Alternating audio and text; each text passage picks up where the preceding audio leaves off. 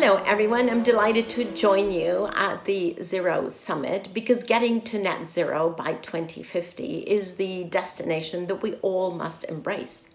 But on the way to net zero by 2050, we also have to understand that we have to go through the eye of a needle in order to be able to get to net zero by 2050. That eye of the needle is 2030.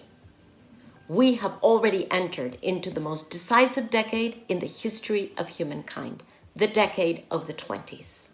It is precisely in this decade that we must decide intentionally whether we're going to put our minds to cutting emissions by 50% by the end of the decade or not.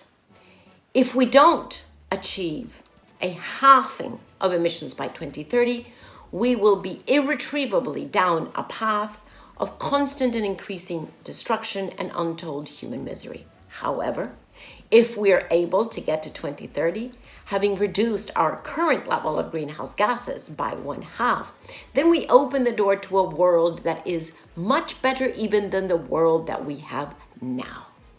So let's call this the decadal emergency. Now, we all know that every emergency can be seen as an emergency, but should also be seen as the opportunity.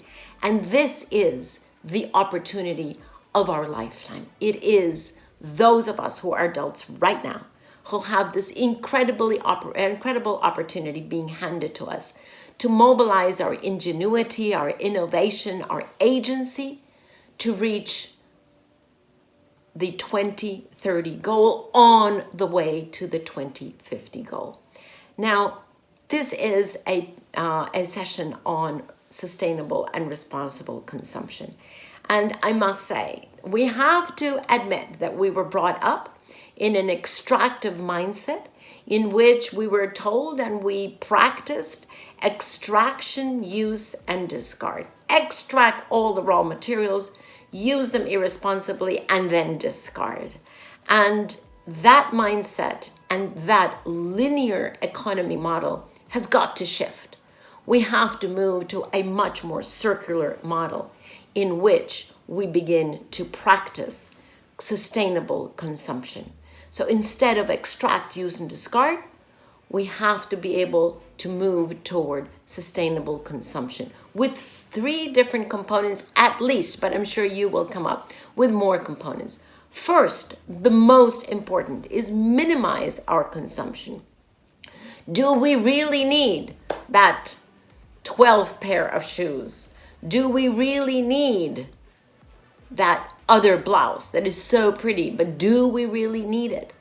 We have to get into a mindset of minimizing the consumption that we have of both goods and services.